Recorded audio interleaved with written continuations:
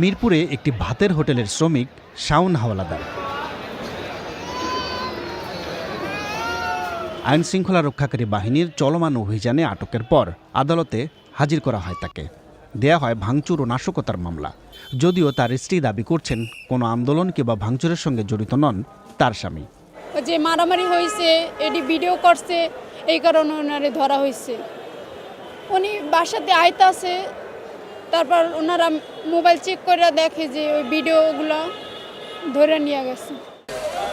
বাংলাদেশে কোটা সংস্কার আন্দোলনকে ঘিরে ব্যাপক ধরপাকড় শুরু হয় মূলত 19শে জুলাই থেকে। দেশের বিভিন্ন স্থানে, বিশেষত ঢাকার নির্দিষ্ট এলাকা ঘিরে মধ্যরাতে ব্লক রেড দিয়ে চলে গ্রেফতার অভিযান। এসব অভিযানে রাজনৈতিক নেতাকর্মী তো বটেই, শিক্ষার্থী, ব্যবসায়ী, শ্রমিক, দিনমজুর সহ আটক হয়েছেন বিভিন্ন শ্রেণী পেশার মানুষ। অনেক ক্ষেত্রেই এসব অভিযানে আটকের সময় আইনশৃঙ্খলা বাহিনীর বিরুদ্ধে মানবাধিকার লঙ্ঘনের অভিযোগও উঠেছে। সাভারে সাবেক এক বিএনপি নেতার স্ত্রী কাউসার হাবিবা জানাচ্ছেন, গেল 20শে জুলাই তার স্বামীর খোঁজে আইনশৃঙ্খলা বাহিনীর অভিযানের সময় তার বাসায় ঢুকে গুলি এবং ভাঙচুর করা হয়। বাচ্চার একটা বল খেলে না, গেটে শুধু বলটা লাগে, ও বলে যে আমাদের গুলি করতেছে, আমাদের ককটেল ভারতেছে। ও বলতেছিল যে আমরা কি এখন মারা যাচ্ছি ফুপি, আমাদেরকে এখন, যখন সিঁড়িতে উঠতেছিল বলে আমাদেরকে এখন গুলি করবে, আমরা কি এখন মারা যাব। কাউসার হাবিবা জানাচ্ছেন, তার ভাষায় অভিযানের পর স্বর্ণের 2টি চেইন এবং ড্রয়ারে রাখা টাকাও পাননি তিনি। এই ওয়ার্ড্রোবটার ভিতরে আমি ওই দিন একটা পুরানো ভাঙা গাড়ি বিক্রি করছিলাম, সেটার 3,20,000 টাকা ছিল, আর ঘর ভাড়া বাবদ ছিল হলো 35,800 টাকা। এই টাকা দুটো ছিল, কে নিচে জানি না, কারণ আমরা ওখানে আটকা ছিলাম। কাউসার হাবিবার বাসায় অভিযান হয়েছে দিনের বেলা, কিন্তু গণ অধিকার পরিষদের শীর্ষ নেতা নুরুল হক নূরের বাড়িতে অভিযান হয়েছে মধ্যরাতে।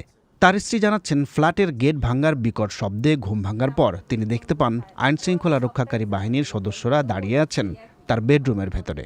ছোট বাচ্চাটা যেহেতু আমার কাছে, বড় বাচ্চাটা ওর বাবার গলা জড়াই ধরায় ঘুমিয়ে আছে, তো নূরকে যখন দেখলো তখন বলছি এই তো, মানে শুধু ওইটা বলে নূরকে মনে হচ্ছে থাবা মেরে মানে নিয়ে যাওয়ার মতো, মানে চোখের পলকে আমি জাস্ট ওকে জড়াই ধরছিলাম।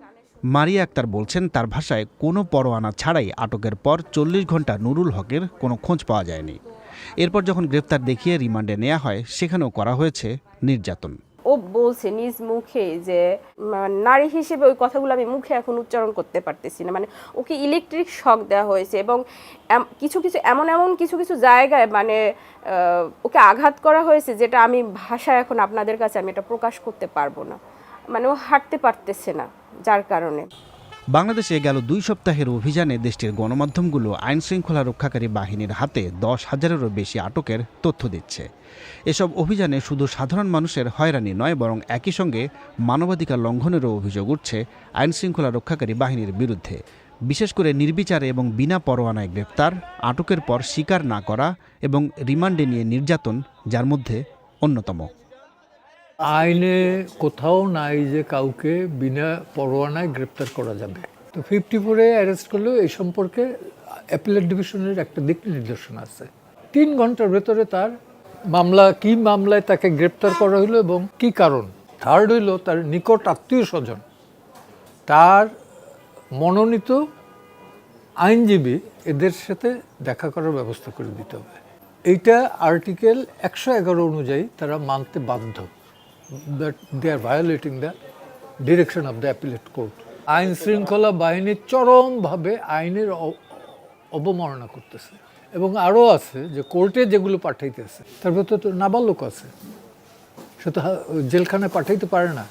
তবে শুধু আটকের সময় আইনের লঙ্ঘন নয়, আটকের পর আইনশৃঙ্খলা বাহিনীর হেফাজতে নির্যাতনের অভিযোগও এখন জোরালো।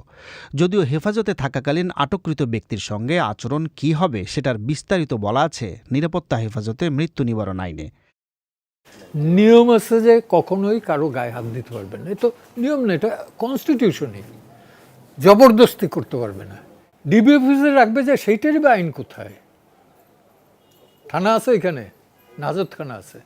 আন্ডার নো সার্কামস্টেন্স সাদা পোশাকে যদি তুলে নেয় তাহলে অবশ্যই আইন শৃঙ্খলা বাহিনী। ধরলাম যদি ডাকাতও তুলে নেয়, সেটা আইন শৃঙ্খলা বাহিনী ধরবে না। কিন্তু আইনশৃঙ্খলা রক্ষাকারী বাহিনীর বিরুদ্ধে মানবাধিকার লঙ্ঘনের অভিযোগ কেন উঠছে জানতে চাইলে পুলিশ সদর দপ্তর থেকে অবশ্য পাল্টা দাবি করা হয়, অভিযানে আইনের কোনো লঙ্ঘন হচ্ছে না। অ্যারেস্ট বা মামলা যেগুলো হচ্ছে সুনির্দিষ্ট তথ্য প্রমাণের ভিত্তিতেই হচ্ছে, এবং আমাদেরকেও একটা প্রসিডিউর মেনটেন করতে হয়, যেটি আইনের নিরিখে করতে হয়, সেইগুলোকে মেনটেন করেই কিন্তু আমরা আমাদের কার্যক্রমটি সম্পাদন করেছি। বাংলাদেশে আইনশৃঙ্খলা বাহিনীর বিরুদ্ধে মানবাধিকার লঙ্ঘনের অভিযোগ নতুন নয়, আবার অভিযোগ ওঠার পর সেটা অস্বীকারের প্রবণতাও পুরনো।